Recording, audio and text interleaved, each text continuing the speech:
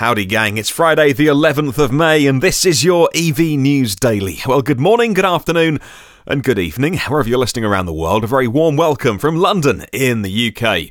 And here is today's news about electric cars and the future of transport. My name is Martin Lee and I go through every EV article online so you don't have to. And we'll start with an Elon tweet. And this time he was tweeting out an all-hands email that's been made to celebrate the last quarter of work done by Tesla. This isn't so much a video about the product, although it kind of is. It's more about the people in Tesla who are going to work every day and making these wonderful products that the buyers of Tesla cars like so much. It was for an all-hands meeting, by the sounds of it, where the whole company got together and watched this video. 2 minutes long, some amazing drone shots of things like wild horses at the Tesla factory in the middle of winter. Really beautifully made. But the thing that broke the internet yesterday was a couple of things. Firstly, some more interior shots of the new Tesla Roadster, and that had only been seen at night time before, so a bit more detail on that. But the really big thing was a very short clip, 16 seconds into the video, of a car inside Tesla's design studio, and it was partially covered by a cloth. Some body panels were missing, and so the internet started to debate, is this the Model Y? Well, I think the short answer, if you think about it logically, no. They're not going to launch the Model Y, a car so crucial to the long-term future of Tesla, like this. I mean, Elon likes his Easter eggs, but it's too much even for that. Could it just be a prototype of a car which they never made? Yeah, maybe. Could it be a Model S in the design studio that's halfway through being redesigned? Well, yes, largely unchanged since 2012, apart from the front. When I see a Tesla Model S drive past me, and there's loads in London, by the way, nowhere near kind of California levels of Teslas, but where I work in London, I see a fair few of these.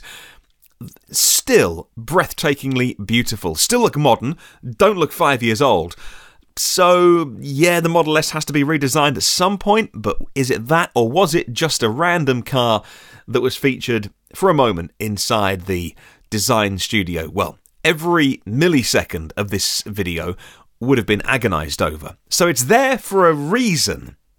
We just can't work out what it is. I think I would go like 60% probably a Model S being redesigned.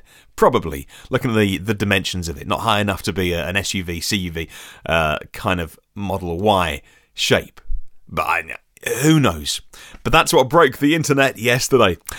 Well, we'll start with our first story today, and it's a lovely little story. The website's Interesting Engineering have been doing some research, and they've been casting around the internet, and they found some wonderful quotes. The 17 best experts on electric vehicles, and they've found different things that they've said over the years and put them together. Things like this. James Dyson, who once said, "I believe that electrically powered vehicles would solve the vehicle pollution problem." Things like Ferrari CEO Sergio Marchionne, who says this: "If there is an electric supercar to be built, then Ferrari will be first." Someone should tell Rimac they're not first. Maurizio Reggiani is the Lamborghini head of R&D, and he once said, "I want to go 1, 2 or 3 laps without having to stop and recharge after every lap." Their first electric supercar, the first Lamborghini, is said to be pinning its hopes on supercapacitor technology. Renault, Nissan, Mitsubishi CEO Carlos Ghosn is in this list of great quotes, and he said this: "The time is right for electric cars. In fact, the time is critical." Well, he should know. His group have sold 500,000 EVs last year alone. And finally, how could this man not make the list? "We will not stop until every car on the road is electric," once said Elon Musk. I've put a link to these 17 quotes in the podcast description for you to read all of them for yourself. Some of them kind of remind me of, those motivational posters. I remember we had one in an old place that I worked in the 90s and early 2000s, and it was at the top of the stairs. So I saw this every day for 9 years, and it was something like perseverance or achievement, in big letters, and always next to a really big image. But I'm pretty sure the image was some half-naked men and women playing beach volleyball. And I could never work out for the life of me what it had to do with perseverance or achievement or whatever the management phrase was. However, obviously, everybody who worked there had something aesthetically pleasing to look at in this picture. But still kind of weird, right? Okay, well, moving on. This wasn't meant to be a podcast about beach volleyball. Let's move on to Ford. And the famous transit van from Ford has been on trial in London for some time with a petrol-powered 1-litre engine working as a range extender to charge the batteries. And next, the trial moves to Valencia in Spain. Ford has announced they're working with the regional and city government of Valencia to assess the air effects and reduced air pollution of commercial vehicles becoming electrified with an all-electric range of 50 kilometres or 31 miles without the range extender needing to be used. Well, Ford, if you ask me, my opinion, Ford need to catch up. By their own admission, in some cases, they're a little bit behind with EVs. Indeed, I follow one Ford employee on Twitter, and I won't name him on here. He is, I would say, reasonably high up the command chain in Ford UK. That's all I'll say. And I often see him jumping into conversations on Twitter. And obviously the people that I follow and the things that I do on Twitter is nearly all about electric cars. And he often criticises EVs, will point out their weaknesses, will often... And it says in his bio what he does for Ford. And I'm always surprised that he's not more guarded and that he's fighting for the good cause combustion engines. But maybe his bosses at Ford don't know that's what he's using Twitter for, or maybe they don't care, maybe they agree with him, and all of this chat about EVs is a smokescreen from Ford. It's widely accepted that the move to electric vehicles will see some winners and some losers. And right now, there must be some people in Ford who are worrying that there are more progressive companies out there, at least with stuff on sale, and that they're a little bit outside the EV party. However, at the very top of the company, they do remain resolute in saying that they are electrifying. Stephen Armstrong is the president and CEO of Ford EMEA, and he said this, and I quote, "As no two cities are alike, it's vital that we look at the mobility issue from a variety of perspectives. Our research in Valencia will help us gain a meaningful understanding of the benefits that small and medium fleets running primarily on electric power can bring." End quotes. Good luck to Ford and catching up a little bit with range-extended vans. Well, the rumours yesterday turned out to be true and correct, and California did indeed vote to include solar panels on all of their new homes being built. That's 100,000 customers every single year who will be buying a new house in California with solar panels ready to go. It comes into effect January 1, 2020. And the California Energy Commission voted unanimously to push it through after a 2-year study on the background of the policy. So it's very well thought out, and it's going to generate 200 megawatts of extra power every year for the grid. That's on top of the 858 megawatts of solar, which was added to existing homes in California in 2017 alone.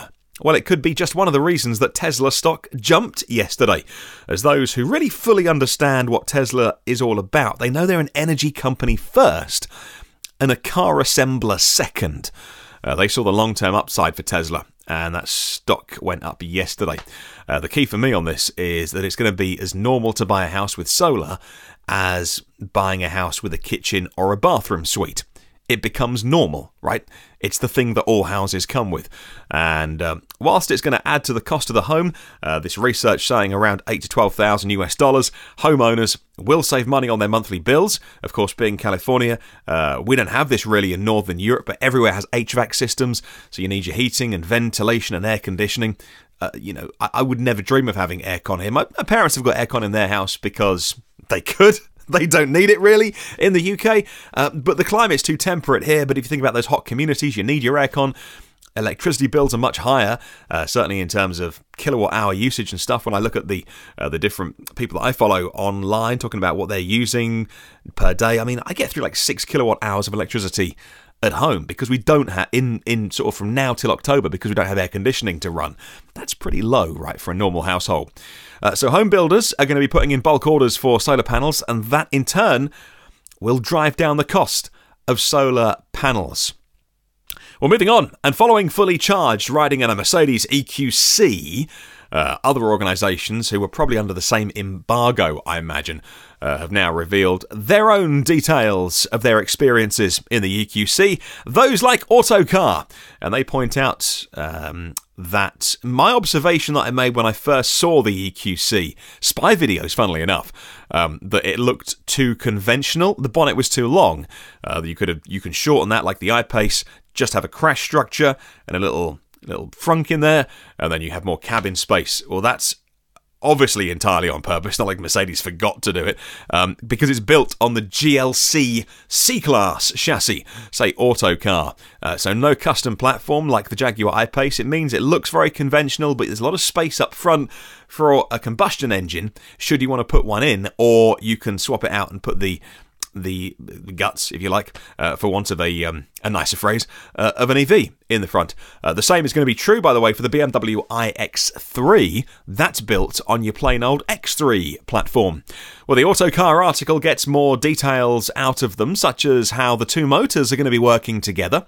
Mercedes' concept is the front motor will do the heavy lifting, and it operates on its own most of the time. When you need the performance, though, the rear motor will join in. Even though that's really clever, that still doesn't account for how you get 310 miles, 500 Ks of range from a 70 kilowatt hour pack on a 2-ton SUV crossover style car. Not even close, right, to anything that's on sale at the moment, or even that's coming soon. So that's still a head scratcher. Well, the EQC will ride on the E-Class Estate's self-leveling suspension, and that's going to make it waft. Ooh, we like a good waft, don't we, in a car like that?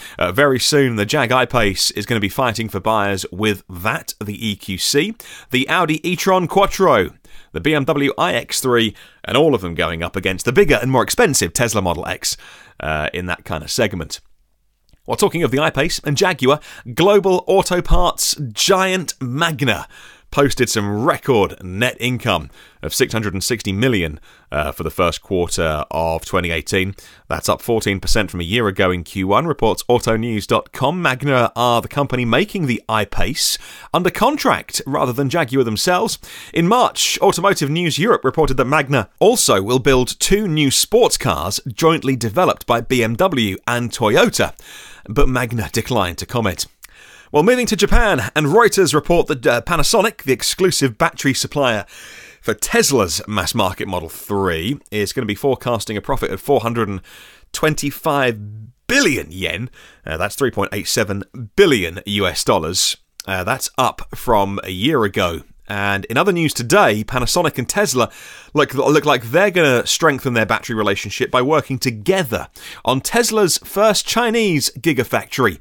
And a reminder that every future Tesla factory, as Elon said yesterday on the investor call, every new Tesla factory will, under one roof, have every step of the process. So cell production to final car assembly. No more splitting it out between Fremont and Giga. Well, the EV Infrastructure Summit is something being organised by Clean Energy News' publisher, Solar Media, to be held between the 3rd and the 4th of July this summer, at London's America Square Conference Centre.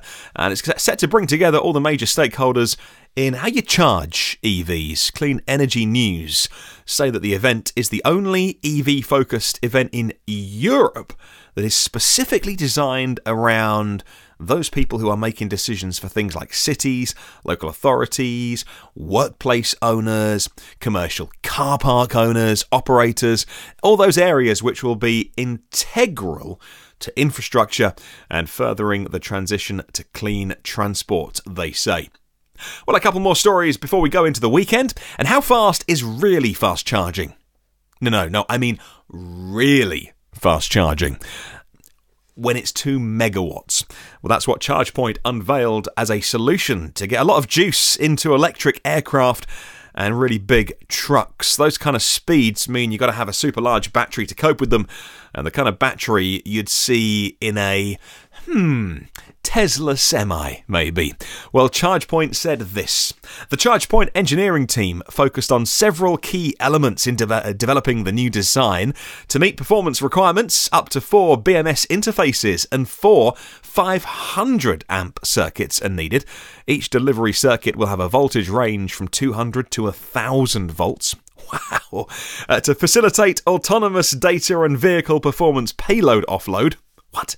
The provision for high-speed data transfer is also included along with charging. Well, it's designed to be used in heavy vehicle applications. The connector itself must be rugged and able to withstand the rigours of frequent use, while they're also being easy to insert and remove. End quote from Chargepoint. And a little picture that we've seen. It looks like a bit of a beast of a connector with a big old handle on it. So, if you're sticking it in trucks and aircraft, that kind of thing. Well, finally, we'll come back to Tesla, and I love a good promise from Elon Musk. You sometimes wonder if you work at Tesla and you go to work one day and one of your mates says to you, have you seen what he's tweeted now? We've got to do this. And then you have to go and make it work. I'm sure it's not the way it works, but I kind of love to imagine that it's that kind of like, oh my God, what's he said now? The latest promise from Elon Musk is that the Model S and the Model X are going to get keyless entry, just like the Model 3. In a story by Fred over at Electric, some good news for those of us who prefer to use mobile apps to enter the car rather than a key fob. And that's good news unless two of you use the car like a husband and wife, and then the cars get a little bit confused between the phones, but they'll work that out. In a related note as well, I took a bit of heat yesterday from people on Twitter. I mean, I kind of looked at the kind of people they were, and it didn't give me too much cause for concern. But anyway, I was saying last night on Twitter that Tesla are the only car maker with a software dev team just on overdrive. They are smashing it right now. They're making cars better every single day. And some people taking me up on Twitter saying any proper car manufacturer would have the source code done before they sold you a car, or that I was saying things like the auto-dipping headlights. Oh yeah, my car's had that for years. Well, yeah, that may be true, but they could have sold the Model 3 months ago and got round to making it work because they got 450,000 orders to get through. Let's just start making the thing. And the other point is, no other car manufacturer is doing that. Things like this story about the mobile phone app to open your Model S and your Model X, that probably wasn't, well no, it definitely wasn't right on the roadmap when they, in 2012, making the Model S. However, when you realise, as 5 years go by, that yeah, everyone has got a smartphone now, even people who have resisted it, everyone's got a smartphone. You can, if you want to share your car, you can provide access to your car that way. You can use it for ride sharing and autonomous things in the future. Then they've got the team that goes, actually, you know what, I think we can make this work. And why would you criticise that? Unless you're purposefully talking down Tesla, I presume.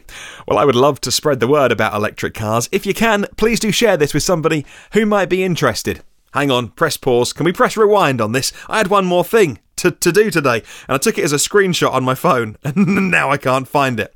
Moss Covello Massimo, who is on Twitter, was responding to a story in yesterday's podcast, and we're talking about green plates, and India has agreed to have green plates for EVs for things like charging bays, carpool lanes, congestion zones. It means that you can ticket and tow people in a charging bay with a combustion car, that kind of thing. And Moss on Twitter sent me a little note to say, we have green plates here in Ontario, Canada for our EVs. It enables us to travel solo in HOV lanes. What's an HOV lane? But regular cars still park in charging bays. There's no enforcement and no penalties for those ICE vehicles that do. Thank you so much for getting in touch, Moss, on Twitter. Well, I would love to spread the good word about electric cars. If you can, join me and share this with somebody who might be interested, and together we will spread that word. Listen to every previous podcast. They're all online, you know. They're online for free as well. iTunes, Google Play, Spotify, YouTube, TuneIn, SoundCloud. iHeartRadio podcasts, and the blog at evnewsdaily.com. If you subscribe, you get them first and free and automatically.